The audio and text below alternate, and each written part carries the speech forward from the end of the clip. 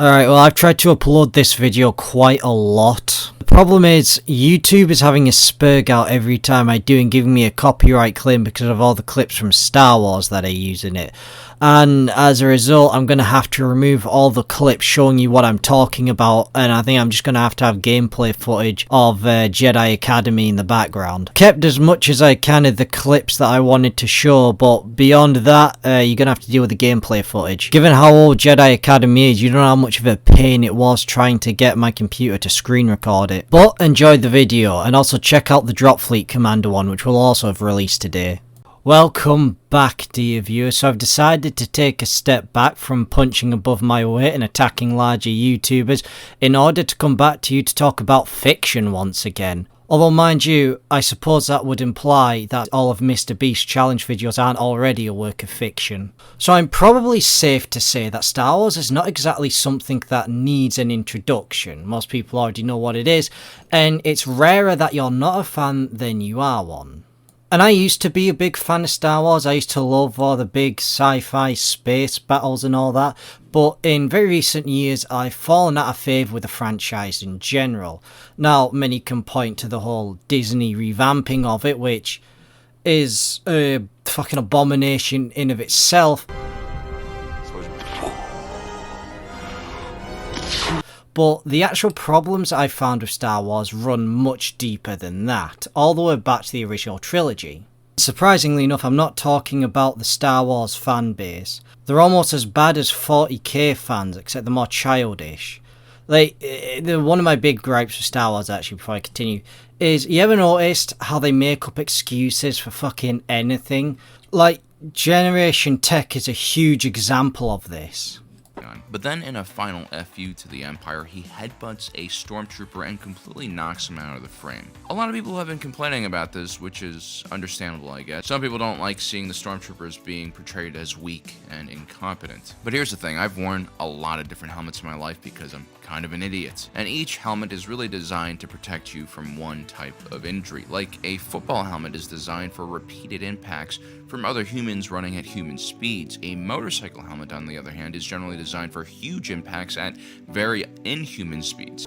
Like, what do you mean? Of course a headbutt shouldn't knock out a stormtrooper. First off, if you headbutt someone strong enough to knock that person out, you're probably going to do just as much damage to yourself. But more importantly, what do the helmets not have, like, padding or something inside them for, like, wearability? Do they not just have some sort of padding inside them? It's like, oh, his whole reasoning is they're not made for concussive forces. But first off, what is the point of wearing a helmet if it's not made to withstand any sort of concussive force? Like, I mean, we've seen the Battle of Mimban, that, like, there is shrapnel flying around everywhere. Oh, well, it's just made to take the force of an energy blast. Yeah, well, we've seen that the energy bolts in it have a concussive force behind them. So yeah, like, people don't understand that Star Wars, look, it's just TV, it's just a show, there are things in it that aren't going to make sense. Stop making excuses for it. But it's a big franchise and countless people have built really successful careers around it. And so it is today that I want to nail the biggest problem that Star Wars has, and that's the Galactic Empire in of itself. This isn't lore, right? This isn't about Star Wars lore, this is about its storytelling capabilities, and how the portrayal of the Galactic Empire entirely hinders Star Wars' storytelling capabilities. Let me tell you my opinion of Star Wars in general. It's just missed potential, really. Most of it is just entirely lost to how good it could be, because of, well, all the reasons that I'm about to explain. Star Wars as it stands is a bit overrated for what it is, because its storytelling isn't actually all that good, but it could be far better. I'm going to lay out not only what the problems are, but how they can be vastly improved upon. So George Lucas is famously quoted as having said that Star Wars is, you know, your old classic knight's tale, at least the original trilogy, right? Of a young knight fighting the evil wizard man, right? And that's not a very complicated story, but a story does not have to be complicated to be good. You can have just simple and interesting stories. The main problem comes in with Star Wars' clear black and white morality system. What I've noticed a lot is the Empire are the bad guys, and therefore they can only do bad things. The rebels are the good guys, and they can only do good things. Now, this was actually somewhat improved for the rebels, as in Rogue One with Saw Gerrera's rebels, they were shown as being torturous and in themselves terrorists. Like, they don't care if they hurt civilian lives as long as they get at the Empire, which can be seen in that battle scene in Jeddah City. Now, my main criticism, of course, is that if we were to take this realistically, then the rebels would not be able to be these lovely, hopeful people, right? That's just playing, you talk about, all we have is hope, we'll win this fight. No. The entire rebellion, realistically, would just be like Saw Gerrera's rebels. It would just be these, like, sort of jihadi guerrilla fighters out in backwater worlds, just killing, like fucking doing car bombings and just lobbing grenades into military convoys. All that sort of thing. That's exactly what the whole Galactic Civil War would and should be. But to Star Wars' credit, it will rarely show the rebels like this. Rarely, of course. But you know what is even rarer? To actually see the Empire in a good light. Well, kind of. Let me explain what I mean. So I've seen a lot of people saying that I wish we got some sort of Star Wars media where the Empire were the good guys. The problem with this is the Empire is meant to be the overarching totalitarian state. And so Star Wars doesn't actually work if the Empire are the good guys. Though the thing is this is where things can get more interesting, right? Because while the ideology of the Empire, at least the institution of it, is inherently bad, it's like doing bad things, there can be good people in it, like individuals who are good people, who have inherently good beliefs, right? They want to do good things, which doesn't really come off in Star Wars. Everybody in the Empire has a very, like, their own sort of, like, self-interests type thing. And every time you see someone who, like, has, you know, that gives a reason as to why they're the Empire, like in Star Wars with, what's his face again? The ISB guy? Agent Callus, that's it, where he gives his reasons as to why he, like, hates rebels. It's like, oh, my platoon of stormtroopers was attacked and wiped out by rebels. I suppose it gives the idea that the rebels aren't entirely good. But the whole thing is that, well, that's just a very generic response. That's not like why you join the Empire. That's not why you believe it's good. That's just why you hate rebels. And there is also the other problem that there is, like, rebels in literally the fucking Imperial Senate, right? Like, that should not be a thing. There should not be people who want the Empire gone, like entire planetary governors who are, like, actually funding the rebellion openly as well against, like, the Empire. Now, there have been times where I haven't seen the new Andor series, but from what I understand, there is, like, where the Empire doesn't immediately start using lethal force. It only uses lethal force if it's being attacked. So there are bits where the Empire is seen as being a bit more cautious when dealing with people. But I would like to discuss how I think we should restructure the Galactic Empire in a way that makes it a much better storytelling tool. That also does not conflict with, you know, what Star Wars wants to achieve as a story. You know, something that fits smugly into the series. Now, the first thing I think we should look at to figure out how we're going to do this is, like, the contrast between the Empire and the Rebellion, right? So the Empire are the guys large and in charge, and the Rebellions are the small rebel fighters, right? So the rebels should be the guys with good ideals who want a good idealistic thing, but they're doing bad and evil things to achieve it. And yet the Empire, in fact, is much the same, just in a different direction. Like, there are good people who want good things in the Empire, but they do have to do bad things to achieve it, right? Let's take the concept of order. Whenever you see like Imperial officers or whatever try to justify what they're doing, they always say, oh, we're bringing order to the galaxy. Now, this is seen as some sort of sinister thing, right? That secretly they're bringing some sort of military dictatorship.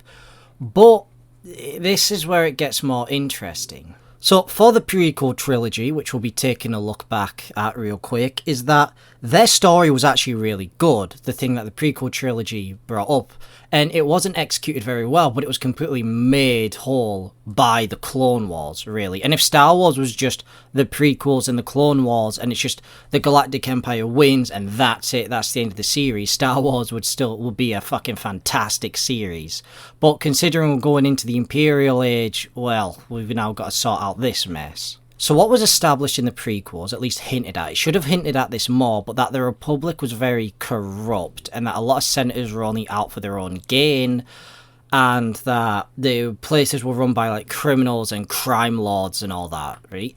This is an interesting concept and it should have been pulled much further, but it is something that in of itself justifies the Empire and justifies the concept of order right down to the lowest civilian. This is something that can inform, like, the ideology of even the lowest civilian who's loyal to the Empire, right? Like, the concept of order, you may think only, like, oh, well, it's only works for the top politicians, the top military commanders, but no, the average Joe can even get behind this concept, because if you think about it, then let's think about what we had beforehand. There were just crime gangs running rampant, controlling everything, right? And so let me just give you a little story that I'll just make up as a hypothetical for this. Let's take this some random working guy, and he lives in this area that is just impoverished. There are tons of criminal gangs. It's basically South America. Like, even though he's just someone, he's not interfering with anyone else. He's just doing his own thing. He has a family, has a wife, he has kids. And because he's in this situation, he now worries every day that his kids might get involved in these gangs, his family might go missing, he might go missing as one of the gangs might take an issue with him. And it's just nothing but, well, his life is just living under the oppressive heel of crime lords. He is someone who lives in fear and terror because there is no lawful order. And this is a story that would be 100% in Star Wars, well, because crime lords were like shown as a huge thing during the Clone Wars, and even the Republic era before that. So now let's take the idea that the Jedi Purge happens, and Emperor Palpatine takes control of the Senate. He reforges his great galactic empire and he restores order, making himself into the dictator. While this may be terrible if you are the middle or upper classes, the thing is that the lower classes are going to really benefit from this. Because think, the lower classes before this were in a situation where they were at the behest of these crime lords, right? At any point in their family could have just like upped and disappeared, or their kids could have been gotten involved in these gangs and become like drugs mules.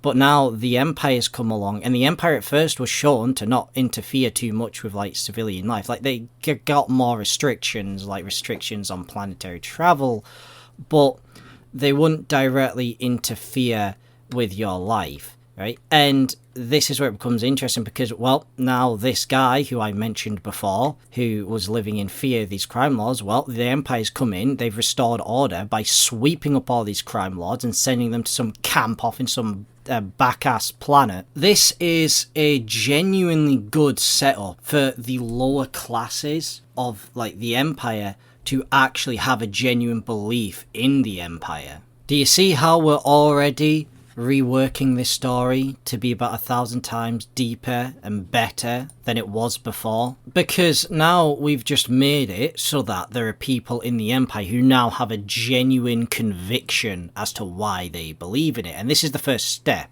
However, as said, the Empire can't be the good guys. So how do we work around this? Well, I think that the ISB are a very good way to actually look at how we work around the Empire, because the Empire's modelled quite a lot off of Nazi Germany, but it doesn't really show it. And personally, I think it would be a lot better if we modelled it more off of the Soviet Union, which, if you don't know, is probably one of the worst political entities to ever exist, right? Assuming body count is a good number to go by.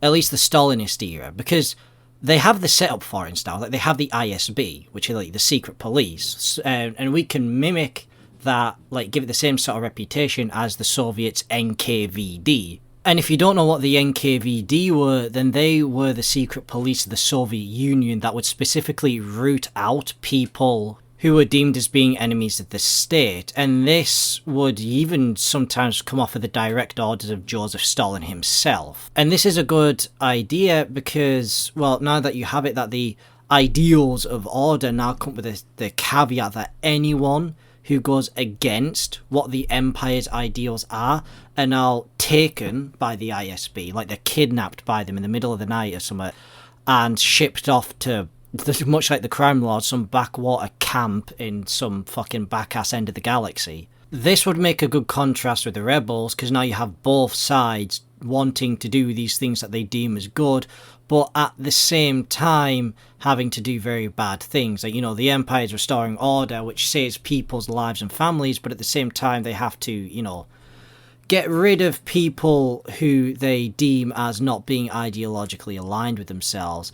And then the rebels now have to, they want the Empire gone, like they want this totalitarian state being rid of, but they also do have to, use civilians as human shields in order to do it, much in the same way that the IRA did, or Hamas. And with things like the ISB, you could even get more sinister with it, where people start, people who are in it, like commanders, do start abusing it for their own gain. And I think it'd make more sense if the ISB was more of a thing that focused on specifically governors and the Senate. And I'm sure the things that I've just explained live in the head canon of Star Wars fans, but they have just not been shown in the actual series itself. And the next thing that I'm going to say, which is probably going to be the most controversial thing, that stormtroopers just do not work at all for the way they're used, right?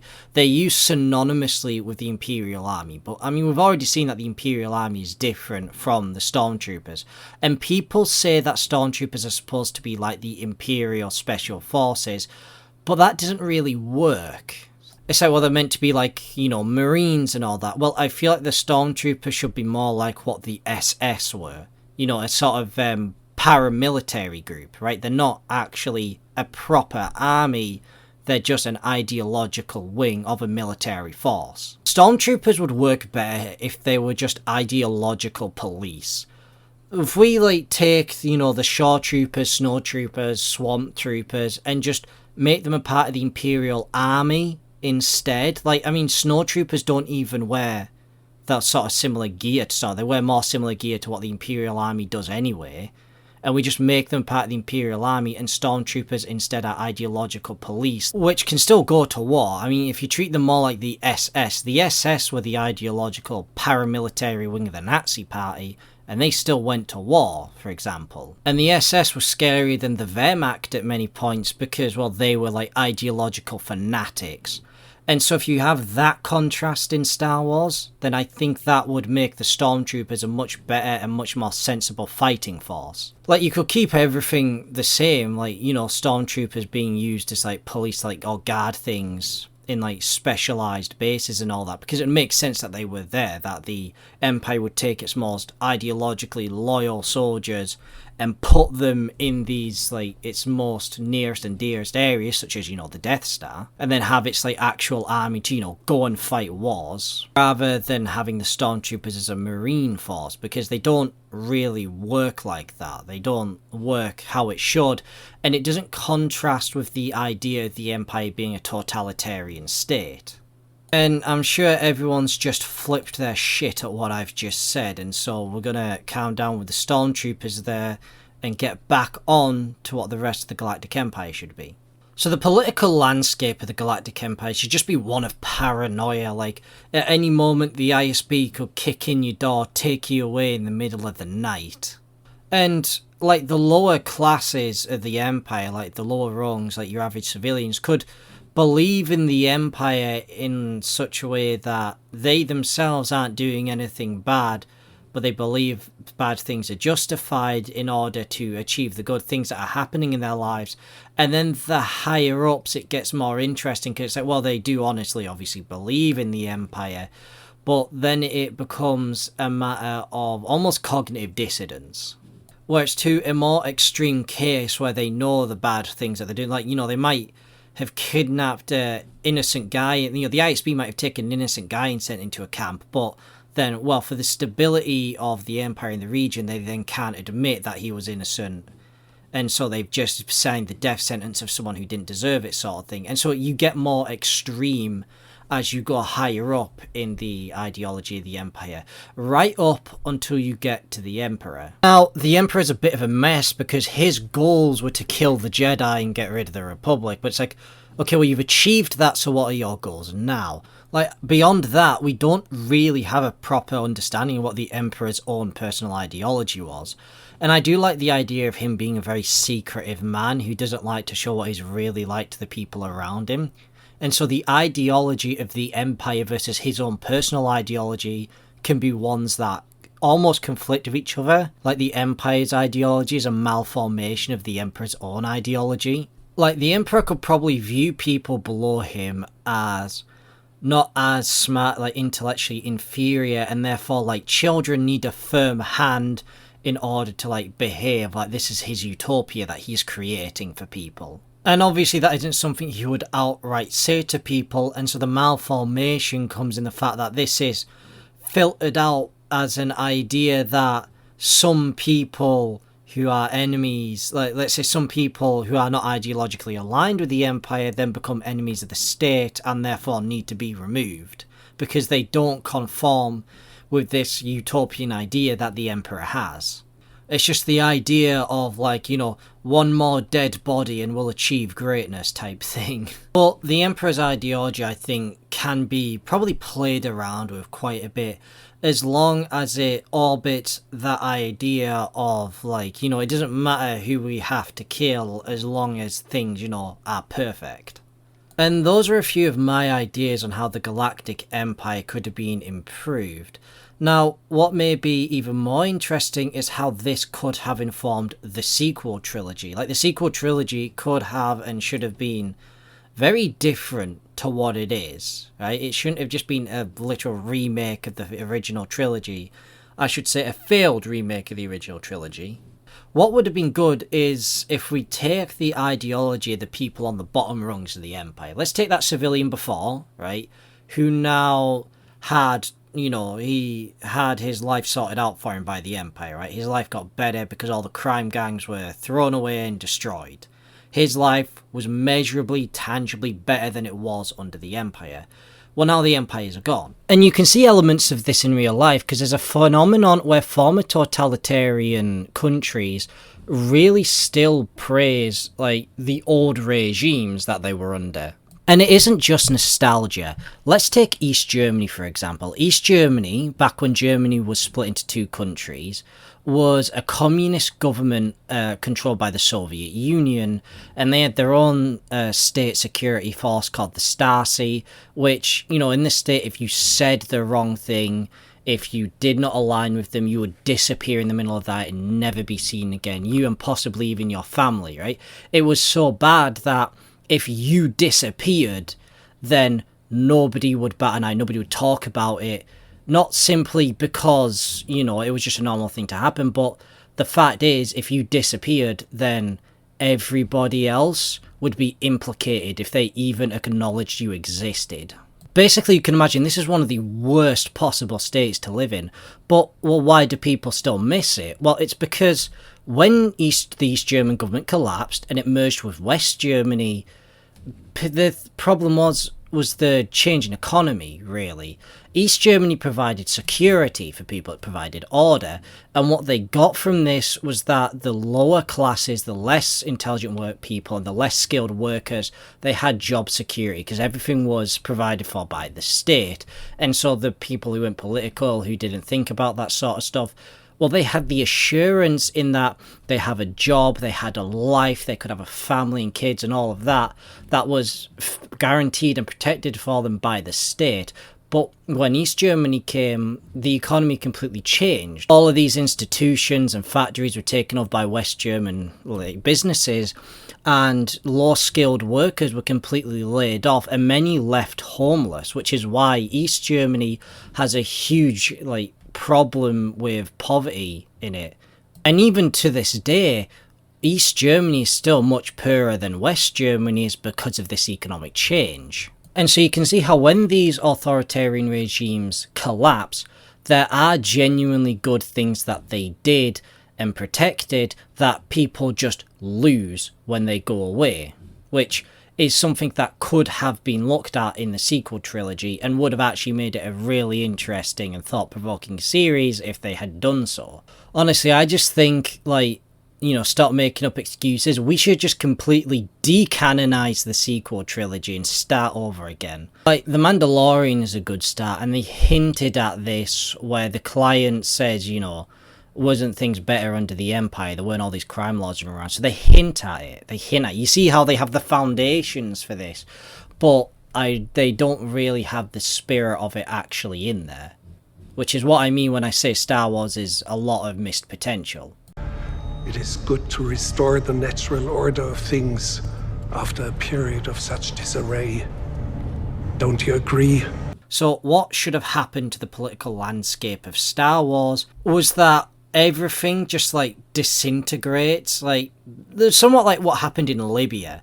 No one rebel group could take control and they all started killing each other, and so the whole galaxy just descends into, like, you know, you could have the core worlds as, like, the New Republic, but many areas are just different warlords, or, like, either rebel or Galactic Empire descended, all fighting for their own interests now.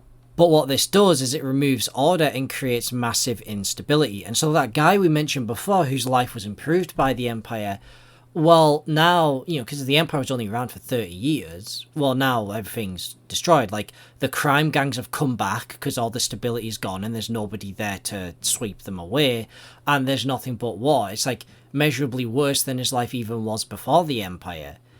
And so this would have really interestingly informed how the sequel trilogy should have been, and what it should have been is a complete inverse of what the original trilogy was. The rebels are now the Republic, and so they are the power in charge, and the former Imperials, including, you know, all the people whose lives were made better by the Empire, now are the rebel guerrilla fighters fighting against the Republic. Which would have been interesting to have seen happen. And the reasons I brought up are why Star Wars has missed potential, because I can see all the ways that it could be easily improved. And I'm sure it probably was like this at some points in, like, Legends, Star Wars Legends.